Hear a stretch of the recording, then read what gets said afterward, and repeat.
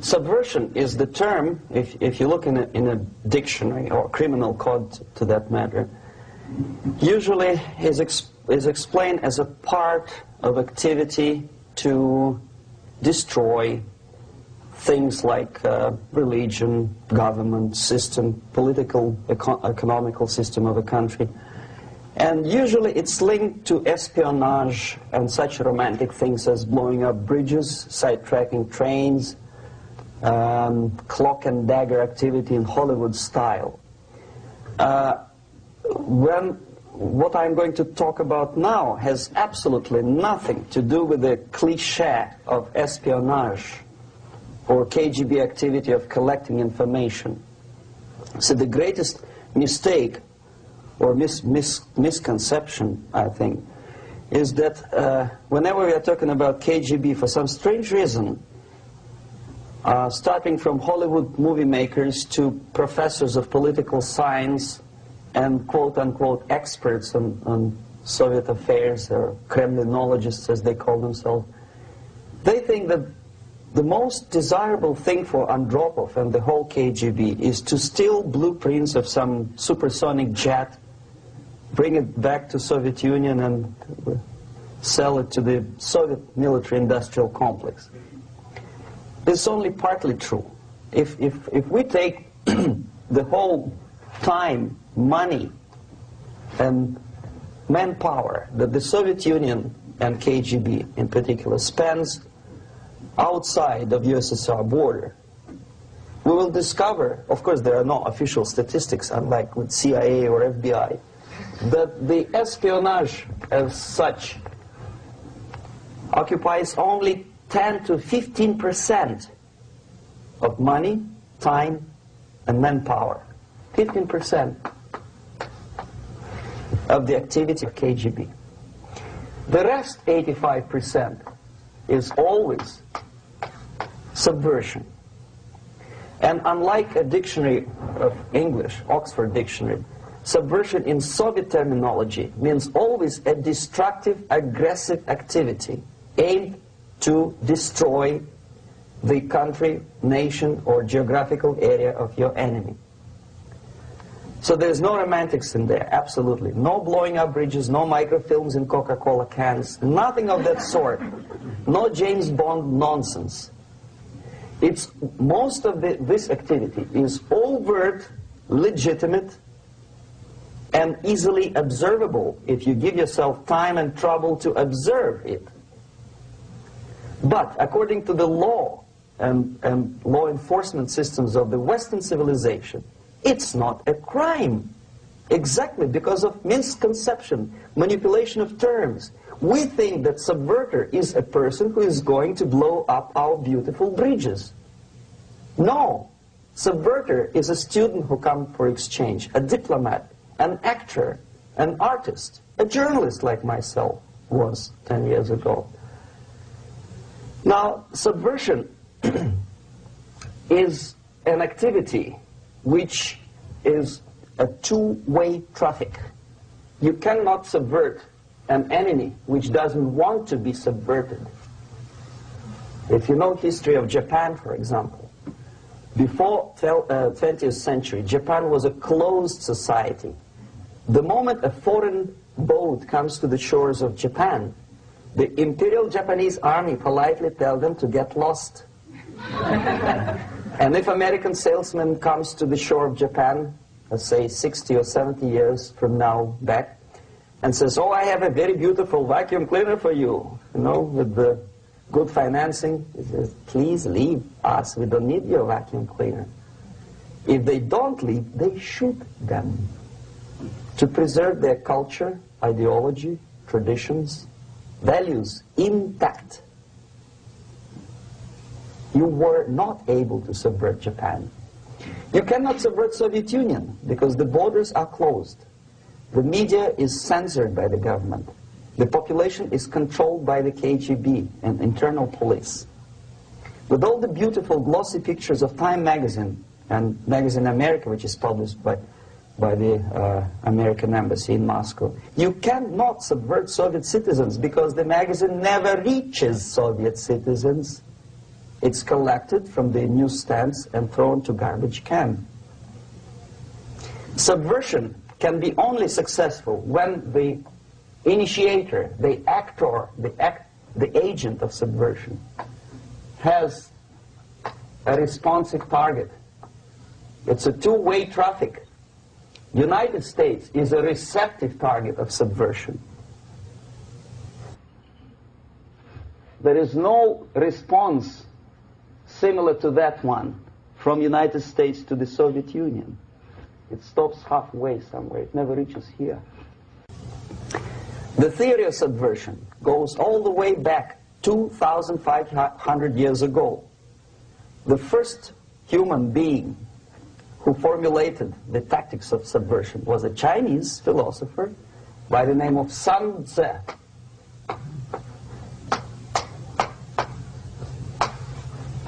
2,500 years BC. He was an advisor for several imperial courts in ancient China. And he said, after long meditation, that to implement state policy in a warlike manner, it's the most counterproductive, barbaric, and inefficient to fight on a battlefield. You know that war is continuation of state policy, right? So if you want successfully to implement your state policy, and you start fighting, this is the most idiotic way to do it. The highest art of warfare is not to fight at all, but to subvert anything of value in the country of your enemy, until such time that the perception of reality of your enemy is screwed up to such an extent that he does not perceive you as an enemy, and that your system, your civilization, and your ambitions look to your enemy as an alternative, if not desirable, then at least feasible. Better red than dead. That's the ultimate purpose, the final stage of subversion, after which you can simply take your enemy without a single shot being fired, if the subversion is successful. This is basically what subversion is. As you see, not a single mentioning of blowing up bridges. Of course, Sun Tzu didn't know about blowing up bridges. Maybe there were not that many bridges at that time. But the basics of subversion is being taught to every student of KGB school in USSR and to officers of military academies. I'm not sure if the same author is included in the list of reading for American officers, to say nothing about ordinary students of political science. I had difficulty to find the translation of Sun Tzu in the library of a university in Toronto and later on here in Los Angeles. But it's a book which is not available. It is forced to every student in USSR. Every student who is taught to be dealing further in his future career with foreigners. What subversion is? Basically, it consists of 4 periods, time-wise. If we start from here and go this way, time, right? This is the beginning point. The first stage of subversion is the process which is called, basically, demoralization. It says for itself what it is.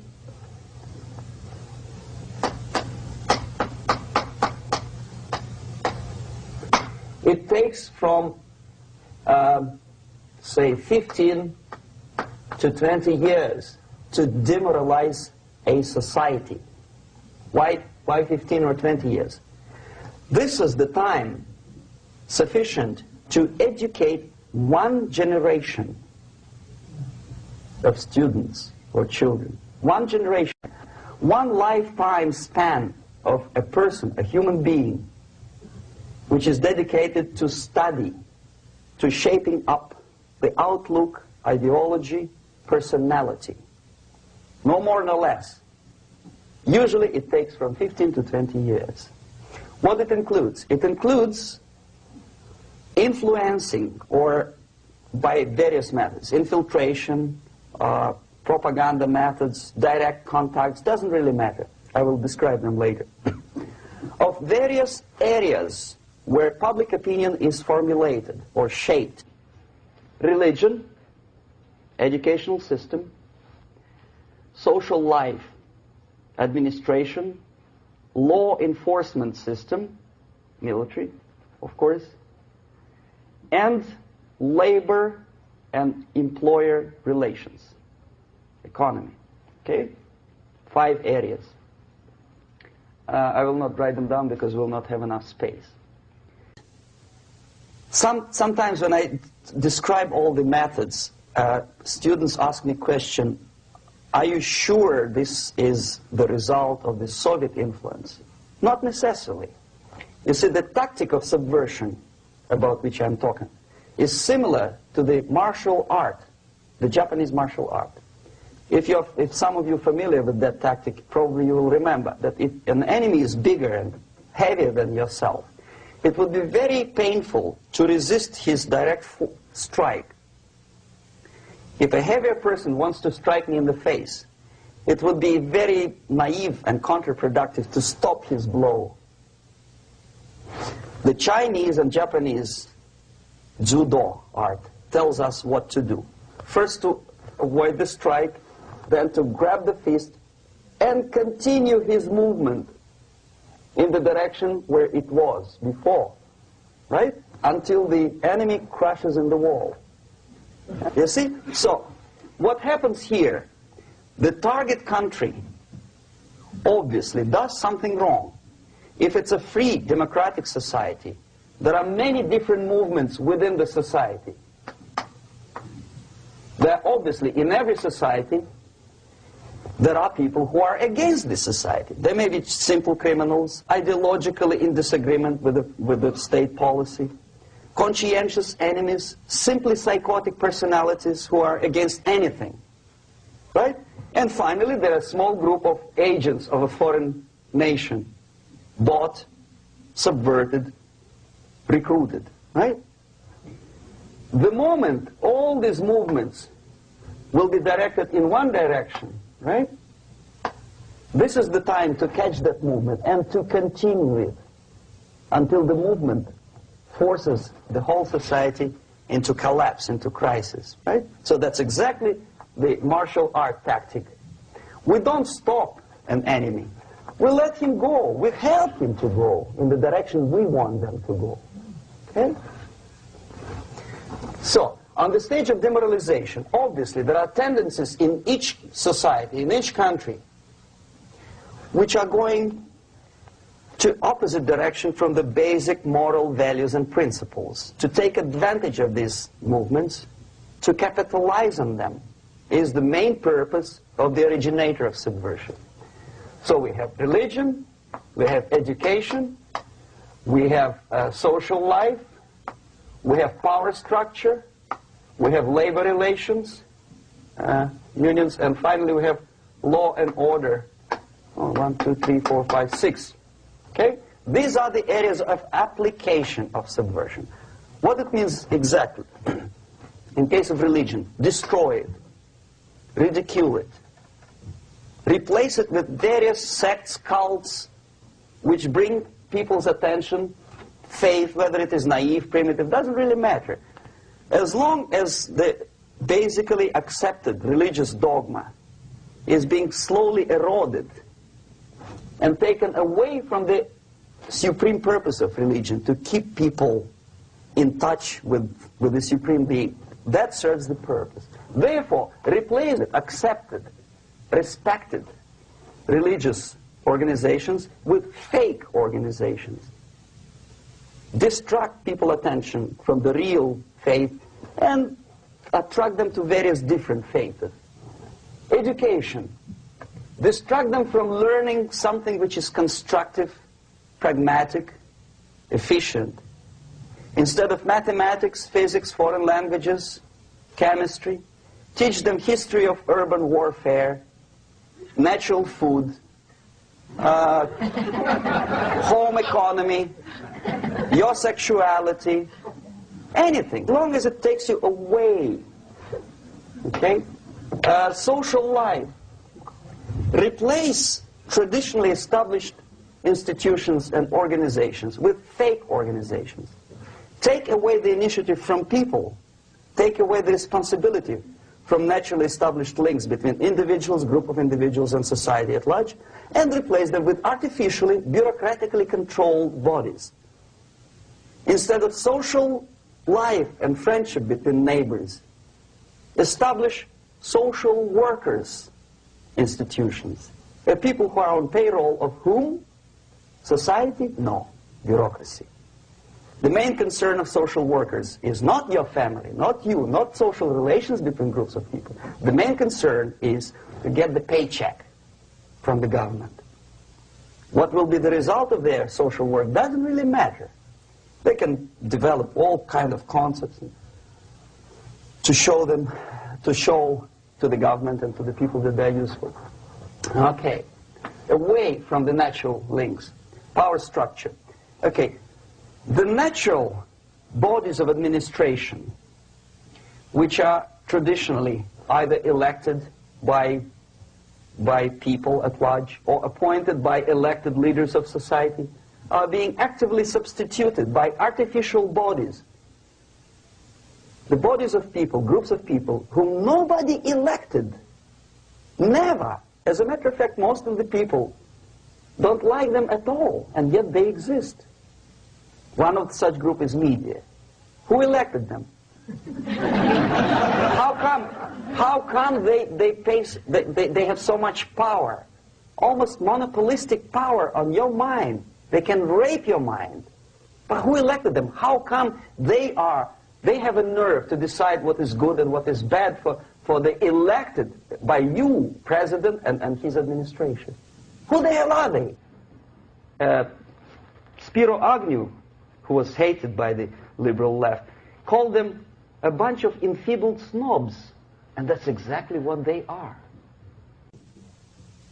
They think they know. They don't. The level of mediocrity. In a big establishment like New York Times, Los Angeles Times, major television network, you don't have to be excellent journalist. You have to be exactly a mediocre journalist. That's easier to survive. There's no competition anymore. You have your good, nice income, $100,000 a year. That's it. Whether you are better or worse doesn't really matter anymore. As soon as you're smiling to the camera and do your job. That's it. No more competition. Power structure slowly is eroded by the bodies and groups of people who do not have neither qualification nor the will of people to keep them in power, and yet they do have power. Okay. Together with that, there is another process. Law enforcement, law and order organization and structure is being eroded. For the last 20, 25 years, if you see old movies and new movies, you can see that in new movies, a policeman, an officer of the United States Army looks dumb, angry, psychotic, paranoid. A criminal looks nice, kind of, well, he smokes hash and shoots the whatever drug, but basically he's a nice human being. He's creative. And he's unproductive only because society oppresses him. Whereby a general of Pentagon is always, by definition, a dumb, a war maniac. A policeman is a pig, rude policeman. He abuses his power. You know? A generality, generalization like that. The hatred, the mistrust to the people who are supposed to protect you and enforce law and order. Moral relativity. The Angelo Buono process lasted 2 years in Los Angeles. Relativity. The Angelo Buono process lasted 2 years in Los Angeles. And yet there are still some lawyers who say, look, he's a nice character, as a matter of fact. There was some witness who said, also a criminal, who said, well, he's a nice guy. I asked him one day to burn a house of my enemy, and he wouldn't do it. Nice fella. Erosion. A slow substitution of basic moral principles, whereby a criminal is not a criminal, actually. He's a defendant. Even if his guilt is proven, there is still a doubt to kill or not to kill, to be or not to be. Thou shalt not kill, yes, but this line may not necessarily be applicable to a murderer. Thou shalt not murder. That should be the presumption, not that thou shalt not kill. Okay, labor relations. At this stage, within 15 to 20 years, we destroy the traditionally established links of bargaining between employer and employee. The classical Marxist-Leninist theory of natural exchange of goods. A person A has 5 sacks of grain and person B has 5 pairs of shoes. And the natural exchange without money is when they bargain between each other. And only with the introduction of the third force, C, an entirely third foreign stranger who says, no, don't give him 5 sacks of grain, give it to me. And you give me your 5 pairs of shoes, and I will distribute it accordingly. So that the economy will go. This is the death of natural exchange, death of natural bargaining. Well, trade unions were established 100 years ago. The objective was to improve working conditions and to protect the rights of workers from those employers who were abusing their right because they had more money. Objectively, at that time, initially, the trade union movement did work. What we see now is that the bargaining process is no longer resulting in the compromise, which is leading objectively to betterment of working conditions and increase of salary. What we see is that after each prolonged strike, the workers lose. Even if they have 10% increase of their salaries, they cannot catch up due to inflation and due to missed time. More than that, millions of people suffer from that strike because economy now is interdependent. It's intertwined like one body. If previously steel workers, say 100 years ago, could strike and nobody would suffer, now it's impossible anymore. If a garbage collector strikes today, the rest of the multi-million city is stinking. I mean, there's no more service. In Quebec, for example, we had the electricians who were on strike in the middle of winter. You can freeze your bottom, and they still were on strike. Did they catch up with the salary? No, they lost. Who benefited? The leaders of trade unions. What is the motivation for strike? Improving of a worker's condition? No, obviously it's not. Then what is it? Ideology. To prove to these capitalists. And the obedient horde of workers, like sheep, follow these people. And they cannot disobey. Why? Because if they do, you know what happens to them. Pickets, murders, shooting truck drivers by picketers. In Montreal, for example, I saw with my own eyes when I was correspondent of CBC International, Canadian Broadcasting Corporation, when the workers of aircraft factory destroyed computers and the equipment in the factory. And the administration employed strike breakers. Their cars were turned upside down and burned. Their houses were burned. Their kids were intimidated. And some victims were there. Of that you can be sure. Why? To improve conditions of workers? No. Ideology. Okay, so this is what happens basically. It may or may not happen without the help of the Soviet Union. But the natural tendencies are being greatly taken advantage of and capitalized by the Soviet propaganda systems. How? Whenever trade union strikes, we have influx of propaganda, mass media, ideological dissemination. The workers' right, and we repeat it like parrots. Yes, workers' right. Whose rights? Workers? No. The only freedom of worker to sell his labor according to his own desire and will is taken away from him. By whom? By trade union boss. Unlimited power is given. Responsibility. I want to sell my labor not for $2.50 an hour, but for $2. I don't have right. My freedom is denied to me. I know that if I sell my work for $2 an hour, not for $3 an hour, I will compete better with the other guy who is lazy and more greedy. I don't need $3. I need only $2. No, I was made to believe by media, by business, by advertising agencies that I need more and more and more. Have you ever heard any advertising on TV to consume less? No. No way. Whether you need a six-cylinder car or not, you have to buy it. And hurry up. When I was driving here on the local radio station, an excited announcer said, "You hurry up, rush and save, save, save. There is a pantyhose sale."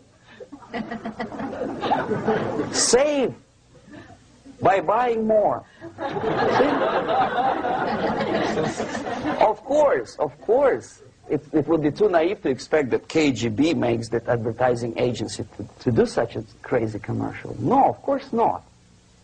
But what we did when I was working for Novosti Press, we would snow plow editorial offices, student organizations, religious groups with literature of class struggle, if not directly Marxism-Leninism propaganda, then a propaganda of a legitimate aspirations of working class, betterment of life, equality.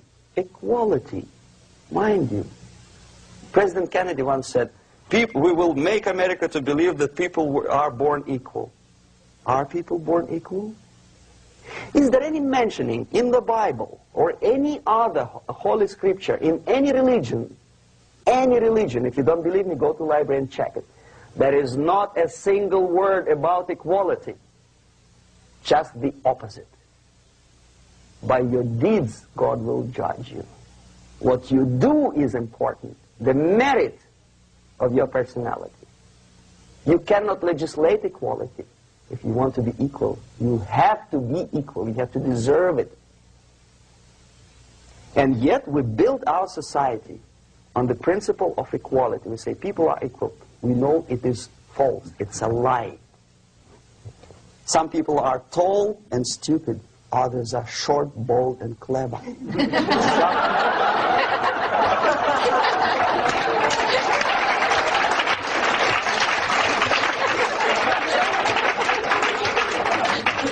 If we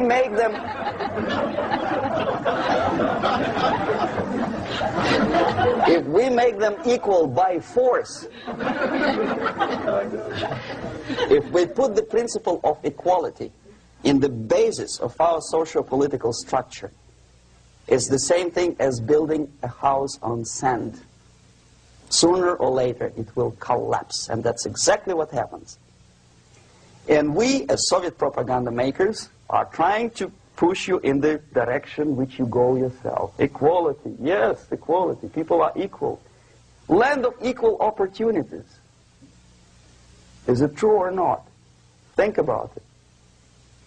Equal opportunities. Should there be equal opportunities? For me, and for a lazy bastard who comes here from some other country and immediately registers as a welfare recipient, benefits. I never received a single dollar. No, sorry, I did receive once. But I never applied for welfare. For the 13 years, I took any job. Security guard, journalist, taxi driver, anything. Well, I was restless, but some people don't like it. They immediately. So why should we have equal opportunities? Why? The equal opportunity to excel. Equal opportunity in equal circumstances, yes, but you know people are different. To excel, yes, provided we reach the same level of excellency, perfection, which is hypothetical, distant future. Yes, maybe. But we know perfectly well that even with the best intentions, people could not be equal. Why should we have equality in the, say, legal system? Myself, I'm considering myself a law-abiding citizen, and a person who comes here to rob and shoot, say, the United States administration under Carter, imported thousands of Cuban criminals. They were non-criminals, yet they were accepted. Do you think it's fair if myself and my wife from Philippines, who work like a, excuse me, horse as a lab technician in a hospital, should have the same rights as a criminal from Cuba? Why? And yet we repeat as parrots, equality, equality, equality. And the Soviet propaganda system helps us to believe that equality is something which is desirable.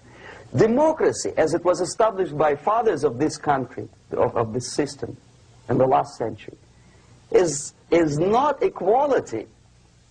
It's the system where different people, unequal people, have a chance to survive and help each other in constant competition, in constant perfection, not in equality, which is superimposed from a godfather or a nice person in Washington, D.C.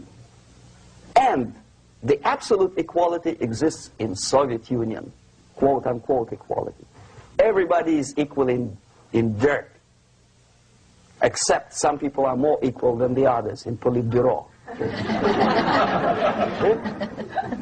So, the moment you bring a country to the point of almost total demoralization, when nothing works anymore, when you are not sure whether it is right or wrong, good and bad, but there's no division between evil and good, when even the leaders of church sometimes say, well, violence for the sake of justice, especially social justice, is justified in the countries like Nicaragua, El Salvador, well, maybe Rhodesia, and we listen to them and say, yeah, probably it's true. Is it true? No, it is not true. Violence is not justified, especially for the sake of quote-unquote social justice introduced by Marxist-Leninists. That is my former colleagues from Novosti Press Agency. Okay, so we reached that point. The next step is destabilization.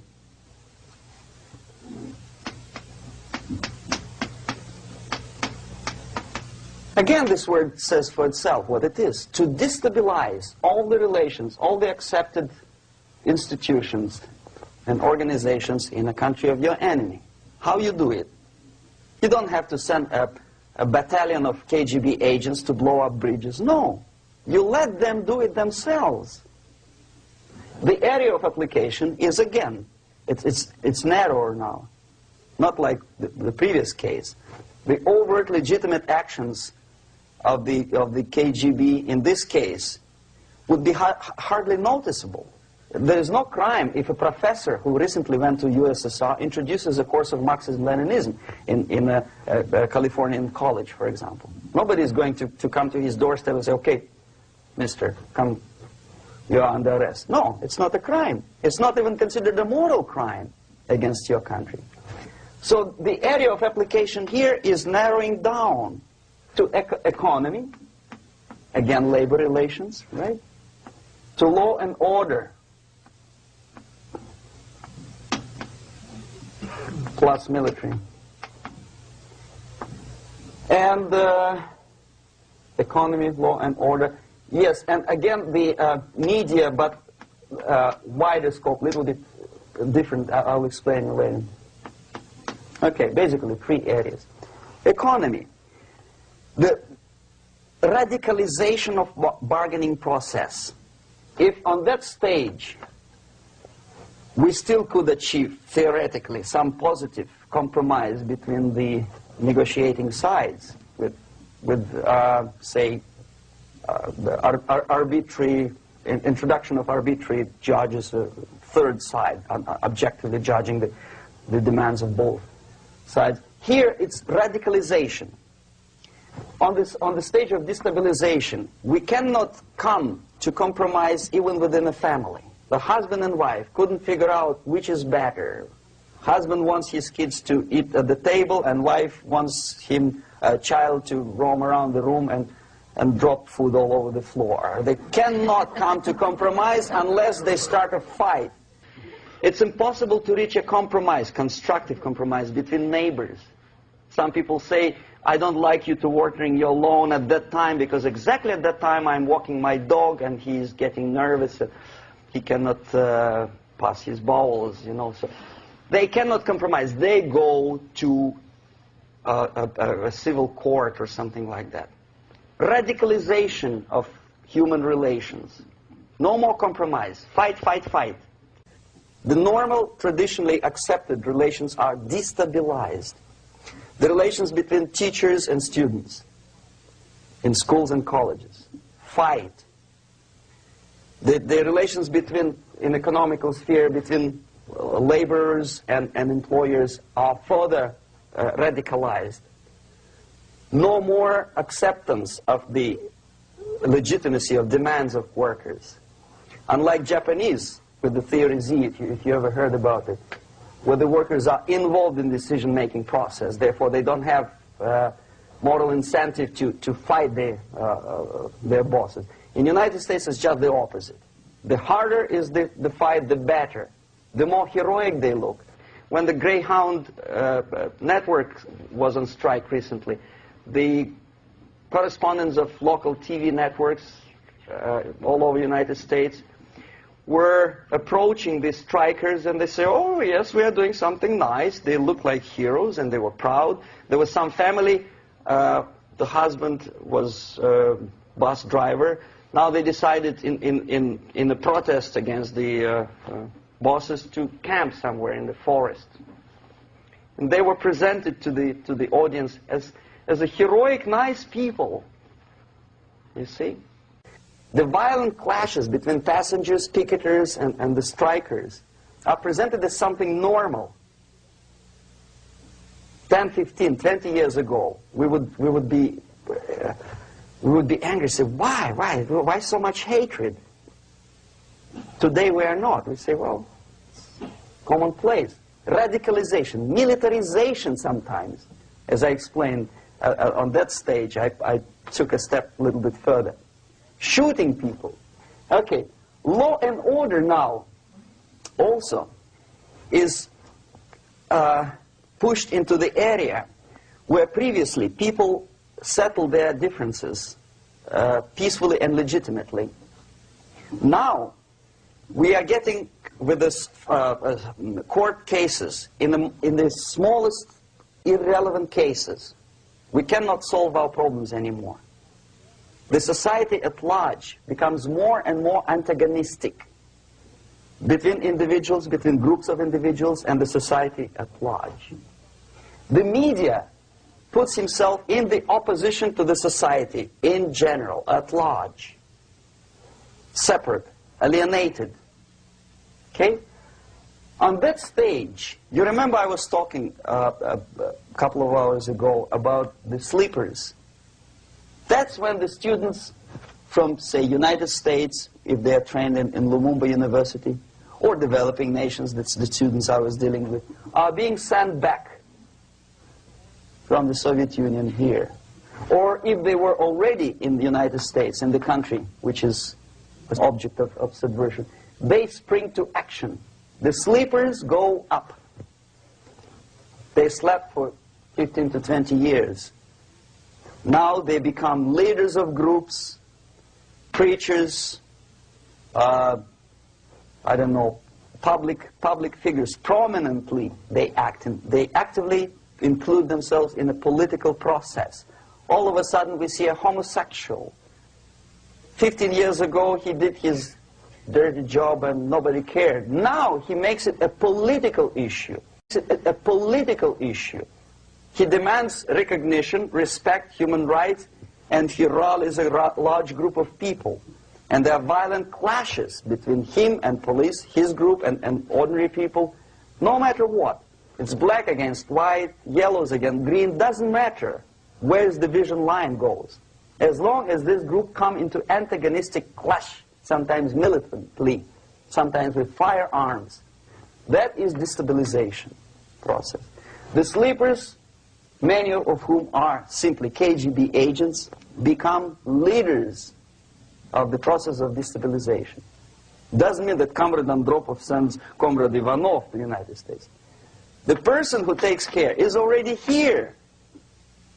He is a respected citizen of the United States. Sometimes he gets money from various foundations for his legitimate struggle for, I don't know, human rights, women's rights, kid lib, prison lib, whatever. There are sympathetic Americans who donate their money to him. This stabilization process usually leads directly to the process of crisis. In case of developing nations, that's the area where I was active. The process starts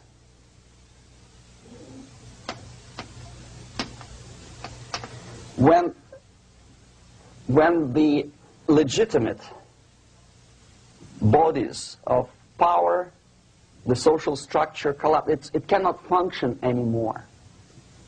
So instead, we have artificial body injected into society, such as non-elected committees. You remember I was talking about them here. Social workers who are not elected by people, media who are self-appointed rulers of your opinion, some strange groups which claim that they know how to lead society forward. They don't usually. All they care is how to collect donations and sell their own concocted ideology, mixture of religion and ideology. Here, we have all this artificial body claiming power. If the power is denied to them, they take it by force. In case of Iran, for example, all of a sudden we have revolutionary committees. What kind of revolution? There was no revolution yet, and yet they had the committees.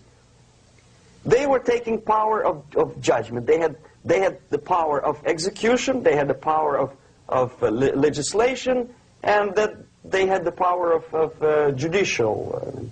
All of them combined in one person, who is half-baked intellectual, sometimes graduated from Harvard University or Berkeley.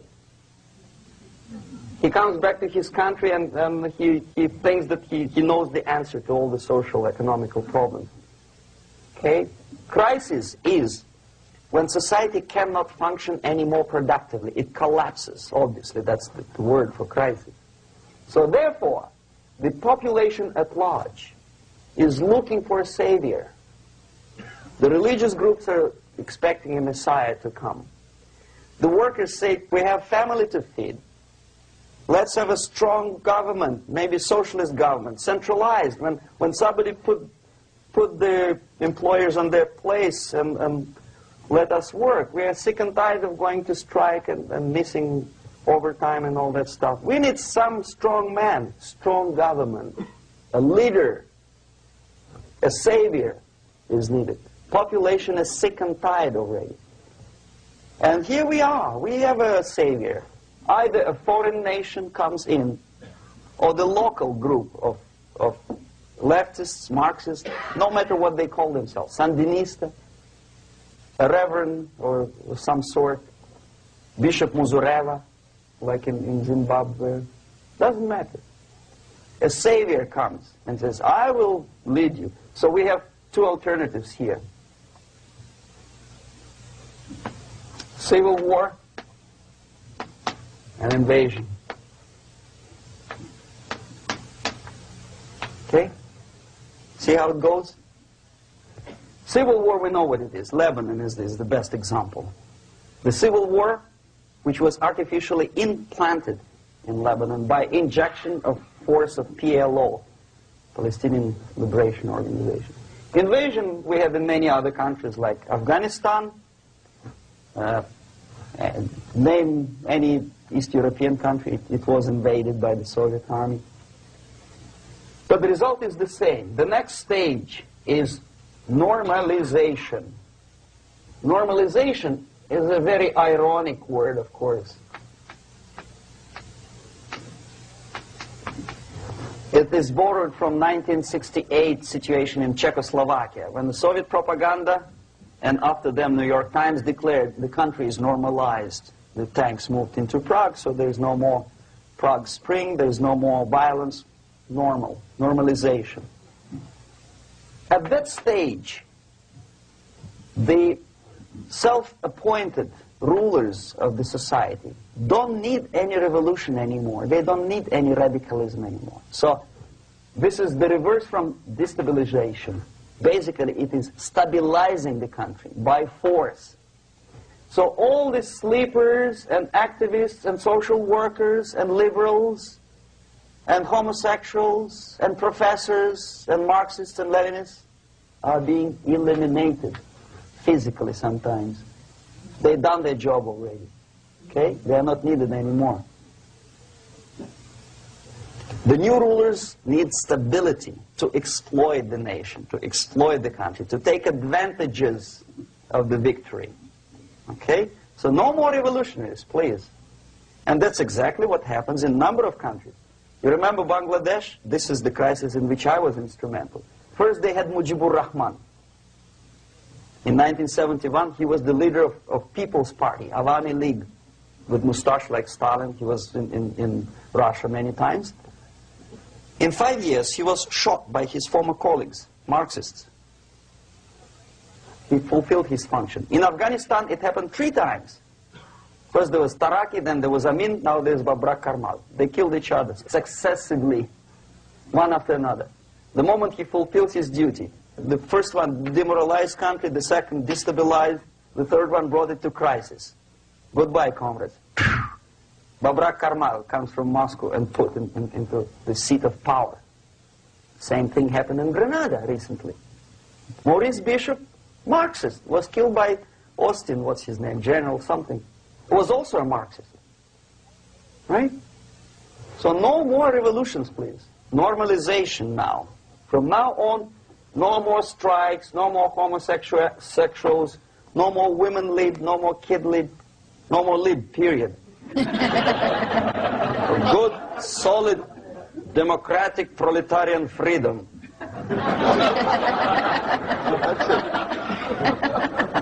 Now, to reverse this process takes enormous effort. When today, United States had to invade Grenada to reverse the process of subversion. Some people say, boy, this is not good, it's not kosher to invade the beautiful country, island of Grenada. Well, why didn't you stop the process here, when Grenada was just approached by leftists? Why not to prevent Maurice Bishop to come in power in the first place? Did Grenadians want him? Very questionable. They didn't know who was Maurice Bishop in the first place. He came to power by coup d'etat himself. Okay? No, we let the situation develop further and further and further until the crisis and normalization very soon. And then the United States decided to invade country, discovering that the country was absolutely a military base for the Soviet Union. Of course it's a drastic measure. Of course it's a pity that Marine Corps had to lose, what, 17 lives. Very bad. Why not to stop the process before it comes to crisis? Oh no, intellectuals will not let you. It's interference into domestic affairs. They're very careful not to let American administration to interfere in domestic affairs of Latin American countries. They don't mind Soviet Union interfere in these affairs. Okay. So to reverse this process, from here, it takes only and always military force. No other force on earth can reverse this process at this point. At this point, it does not take military invasion of the United States Army. It takes strong action, like in Chile. A CIA covert involvement to prevent the savior from outside to come into power and to stabilize country before it erupts into civil war. Country before it erupts into civil war.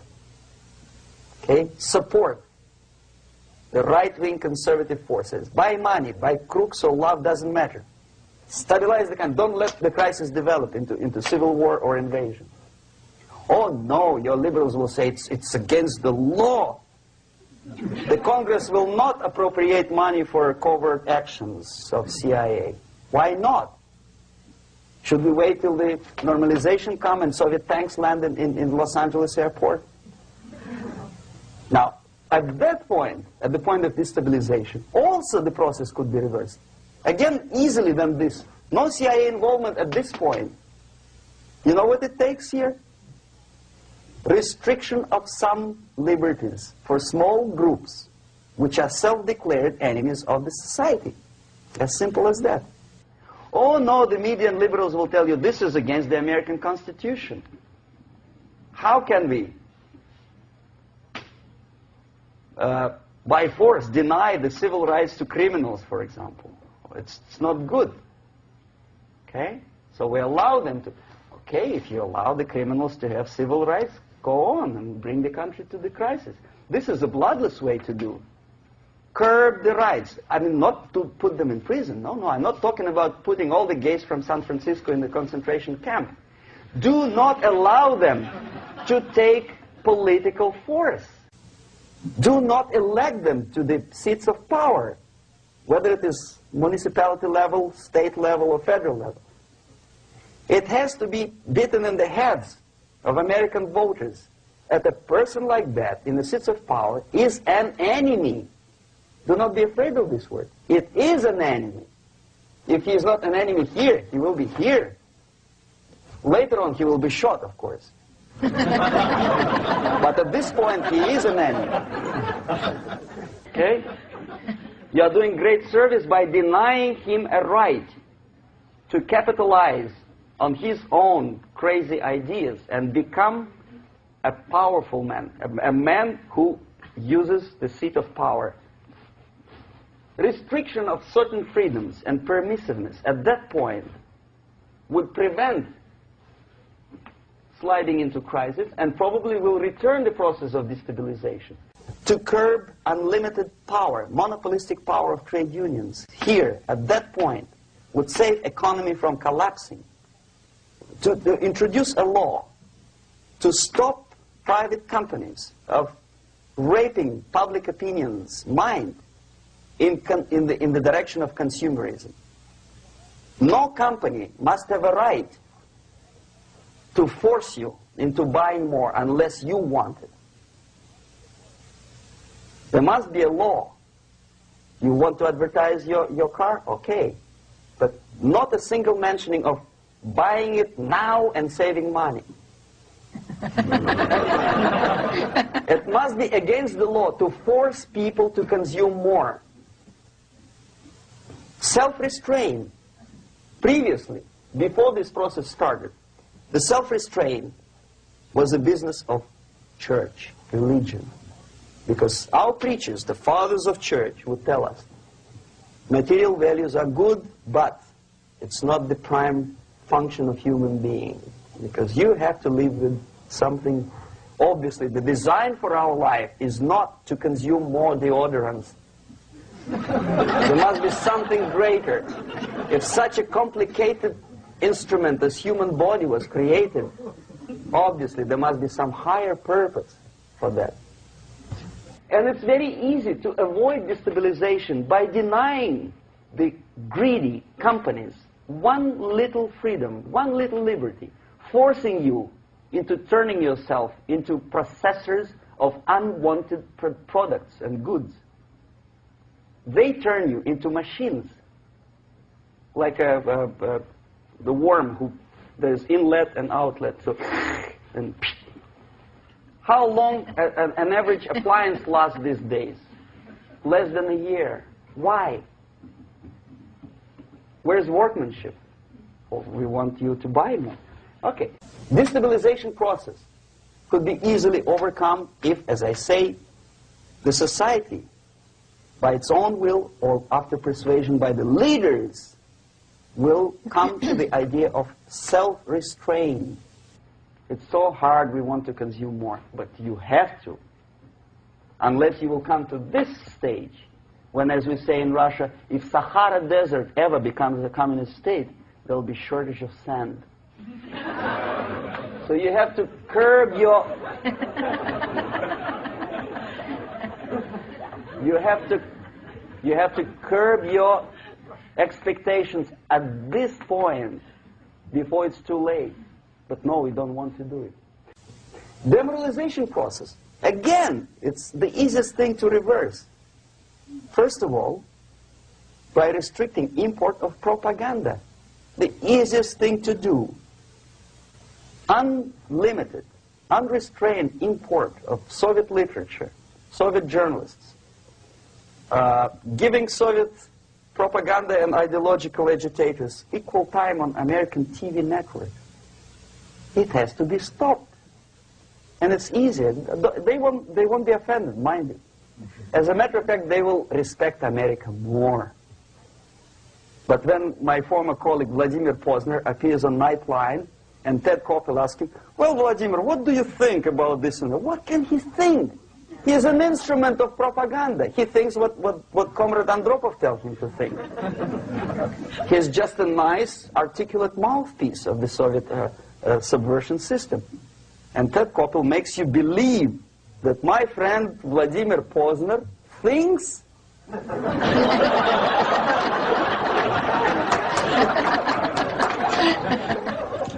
the process of demoralization may not have started at all if at that point the country, which is a recipient of subversion, actively, not violently, but actively, prevents importation of foreign ideology.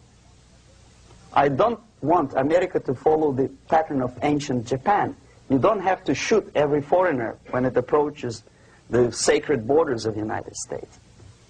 But when he offers you a junk in the disguise of very shiny something, you have to tell him, no, we have our own junk.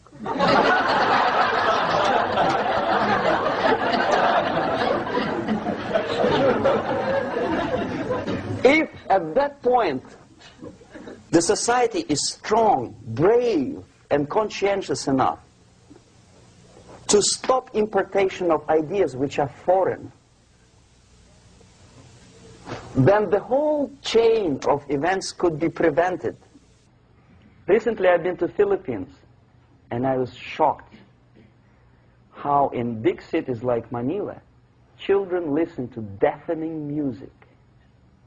A melodious nation with long traditions of good, nice ethnic music, introduced by Spanish long time ago, maybe 2 centuries, 3 centuries ago, I don't remember how.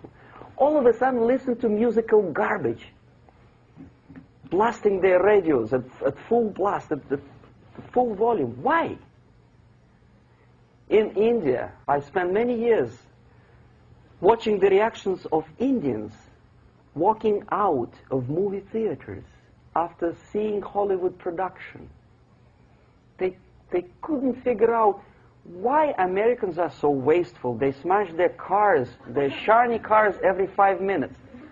How come they shoot each other for $500,000? Is it true that they're so obsessed with sex? Can you imagine showing a movie where each 5 minutes there's a copulation on the screen to a country like India with long tradition of respect to these private matters, or to Pakistan? And United States expect these people to respect you? No way. Oh yes, they will see the movie, they'll pay 5 rupees to see that garbage, but they walk out and will tell their kids, don't respect Americans, don't be like Americans. See? So, the process of demoralization could be stopped right here, both as an expert and as an import. And that takes one step, one very important thing to do. You don't have to expel all the KGB agents from Washington, D.C. The most difficult and at the same time the simplest answer to the subversion is to start it here and even before, by bringing back the society to religion, something that you cannot touch and eat and put on yourself, but something that rules society and makes it move and preserve it. A Soviet scientist, Shafarevich, who has nothing to do with religion, he is a computer scientist, did a very intensive research on the history of socialist countries. He calls socialist or communist any country with a centralized economy and a pyramidal style of power structure. And he discovered, actually he didn't discover it, he just brought to attention of his readers, that civilizations like Mohenjo-Daro in the river Indus area, like Egypt, like Maya, Incas, like Babylonian culture, collapsed and disappeared from the surface of Earth.